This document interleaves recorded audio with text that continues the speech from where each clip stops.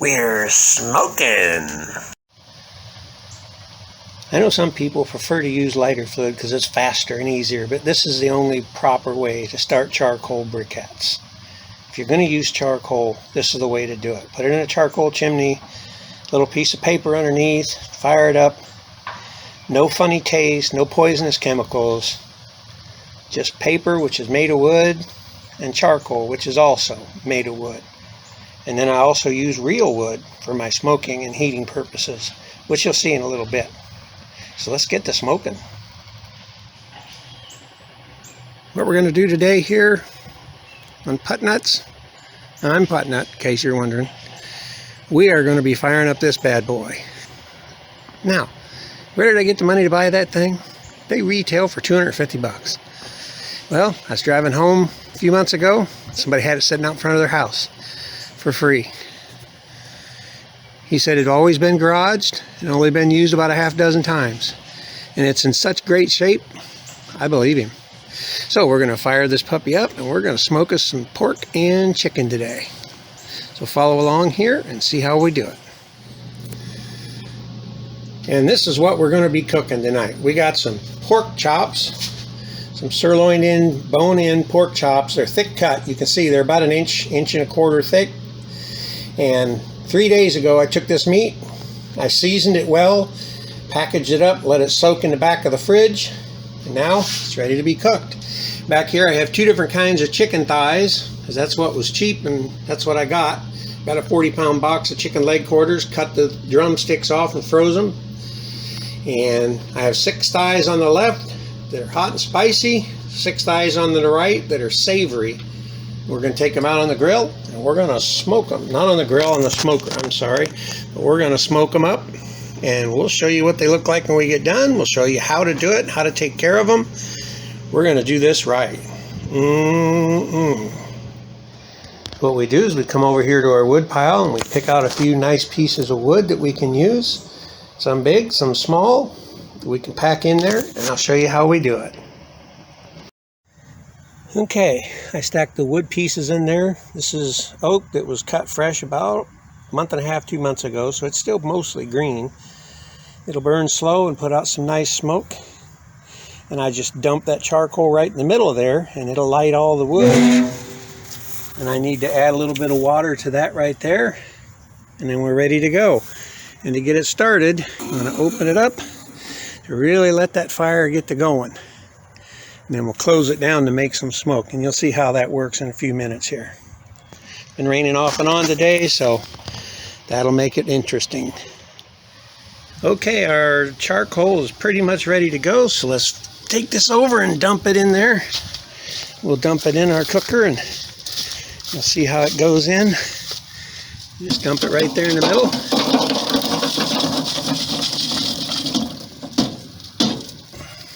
See how it fills that hole in the middle? And that'll get her cooking. That'll get that wood all started. Then when we take our wet wood chips out, we'll dump them right over top of the charcoal. But first, I'm going to go get a few more pieces of charcoal to throw on top of that to make sure we have a nice hot fire. What we have here is our wood chips. We have them soaking in some nice warm water. It did just soak up warm water a little better. These are maple. Maple's all I have left. We're not too far away from moving, so I didn't want to go buy more. But normally I use apple and hickory mixed together. I call it Hick-Ap. And it makes some of the best smoke, especially when you have a little bit of that oak to go with it. It really gives it a wonderful flavor. Now we soak these in water for a while to moisten them so that they don't burn, so that they'll smoke. And you'll see in a bit what we do with those. As you can see, the new charcoal I put in there is starting to take hold. The fire's starting to catch on the wood a little bit. We're going to have a nice hot fire here soon. I've got the water added. You can see it's got a little steam coming off it already. And I even lined the bottom with aluminum foil, which just helps make cleanup a little easier. You want to leave a little room in your water pan because that stuff is going to drip into it and you don't want it to overflow because that really makes a mess. Yeah, I learned that the hard way. So I need to get this closed before it catches too hot a fire. I'll close the door, start putting the meat on in a minute. As you can see, we got the pork in there. You don't need to leave a whole lot of room around the edges for the smoke. Some people think you do, but first of all, the meat shrivels up and makes plenty of room for the smoke later on. And second of all, it all comes out that little hole, and you're going to close it halfway. How much room does it really need to get around that meat? Little spot here, little spot there. That's plenty. Okay, we've got everything in there. You can see we got the pork up here on the top shelf, a little bit of the savory chicken in the front, the rest of the savory chicken in the back, and the spicy chicken in the front on the second shelf. And you might be thinking, well, what about cross-contamination? Should that chicken be touching that pork? Well, no, not if you plan on eating the pork raw. But after it smokes in the high heat, 200 degrees for 3, 4, 5 hours, however long it takes to get it done, there won't be any living germs to worry about. That chicken will be fall apart tender, that pork will be fall apart tender, and delicious. You'll see how it's done. Just stay tuned. Okay, I just closed it up. We got it wide open. It should be really hot coming out of there. Yep, it should start heating up quickly. Get the fire cooking. We got a nice hot fire cooking in there. So I'm going to go in. I'm going to wait a few minutes, and I'm going to bring out the smoke chips, put the smoke chips on. And when you put the smoke chips on, you close this down. Not too much. You don't want to put your fire out and lose your heat, but you got to close this down. Otherwise, it just burns them up, and they don't smoke very much. Okay, we've got our smoke chips out here. It looks like we've already got a good source of heat going. It's already up to almost 200. So we don't want to let it get too hot too fast. Now we're going to open that up. And I already drained the water off of these, so just going to sprinkle them on there. Save a few for later. Got a nice pile on there. Look at the smoke already starting to roll. Close that up. And this is where this comes in. You close this down pretty low because you really want it to smoke. You want to close it down until the smoke starts coming out the bottom down here on this particular kind. See the smoke oozing out the door, coming out from down below.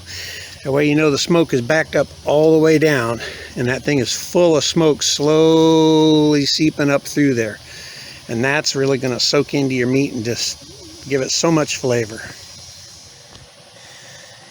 You can see how that smoke's just rolling out of there. That's what you want. You want lots and lots of smoke, but not too much heat. It shouldn't be too hot. Now, as you can see there, only about 175, maybe 180. That's where you want it to be when you got the smoke in there, because you don't want it to start cooking before it gets done smoking, really. You just want it to warm up with a little bit of smoke. In about 20 minutes, half an hour of that, I'll open it up a little bit, and then I'll show you the trick to making sure that your smoked meats turn out perfect every time. And your friends will wonder, how did you do that? Okay, it's been a little while, maybe a half hour or so. Forgot to look at the clock, to tell you the truth. But I can tell by looking, it's getting about time to do the magic and open this up a little bit. Then we can get this stuff cooking.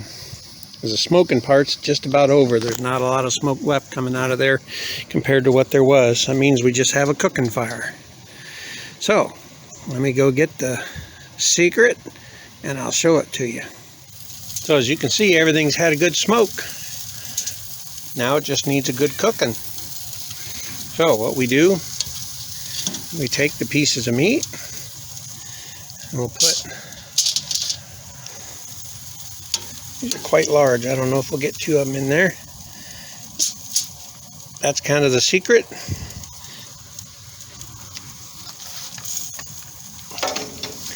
And you just take them, you wrap them loosely. You don't want to wrap them solid tight, just wrap them loosely to keep them from getting too much smoke on them and keep them from drying out. And then we'll just, for now, we'll just set that aside. Oops, almost dropped it. Anyway, I've got to have 2 hands for this. So anyway, that's what you do, is you wrap it up loosely like that, and then you put them all back in the smoker and turn up the heat a little bit and let them cook. Okay, so now what we do, after we get them wrapped, we just take them and we put them back in there. Pretty much the way they were.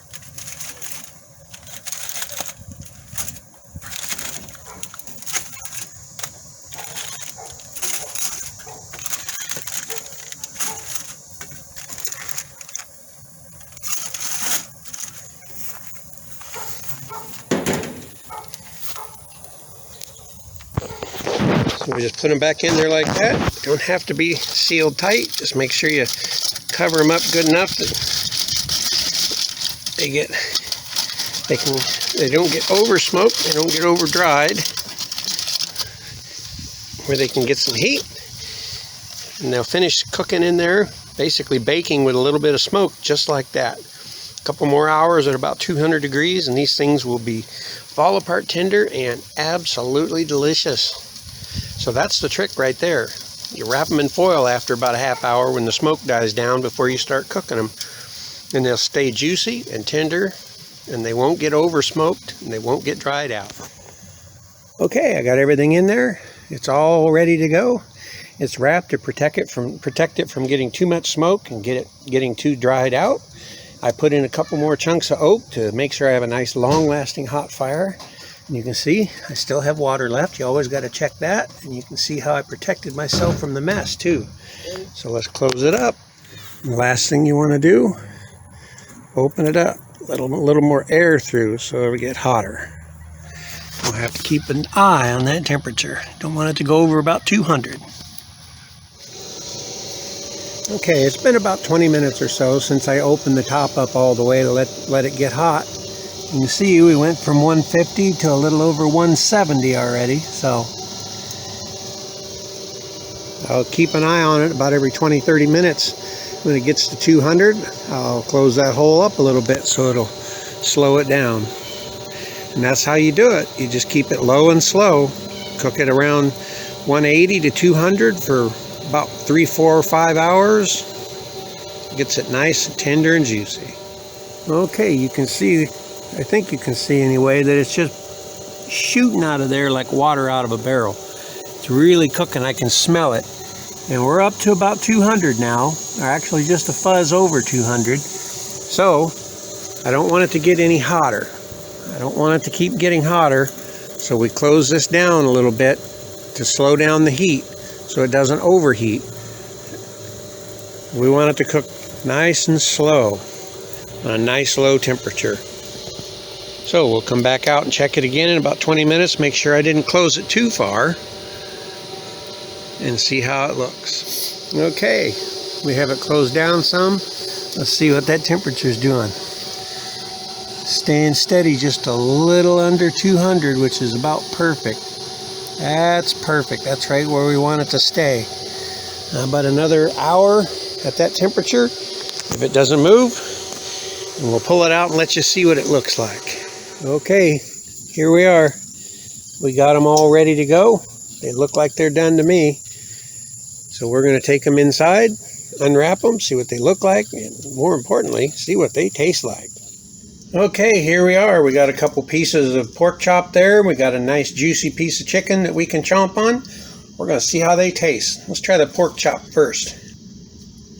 That's good. Yes, it is. I'm going to save that piece. I gotta try the chicken. Get your piece of chicken.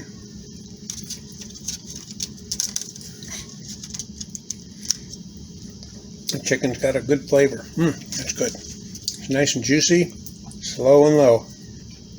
So there you go. Some nice smoked pork chops and smoked chicken. And that chicken's a little on the spicy side, but not too bad. Put some sriracha in there. So thanks for watching.